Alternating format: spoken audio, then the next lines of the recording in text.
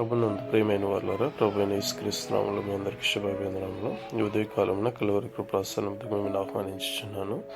2వ సమూయేలు గ్రంథం 19వ అధ్యాయము 11 నుంచి 15 వచనం చూసినప్పుడు, రాజును గురించి ప్రజలందరూ కూడా చెప్పుకుంటున్న వార్త దావీదు గారికి వినపడినప్పుడు, యాజకులైన సాదోకును అబ్యాతారును వర్తమానమును పంపించి ఇశ్రాయేలు వారందరూ కూడా మాట్లాడుకున్న సంగతి నగరంలో ఉన్న రాజునకు వినబడిన కనుక, మరి రాజును ఎందుకని మీరు తోడుకొని వెళ్ళుటకు ఆలస్యం చేయుచున్నారు?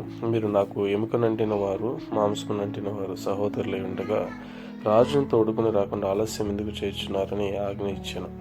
తరువాత అమాషా ఎద్దకు దూతలను పంపించి, నీవు కూడా నాకు బంధువులు కావా?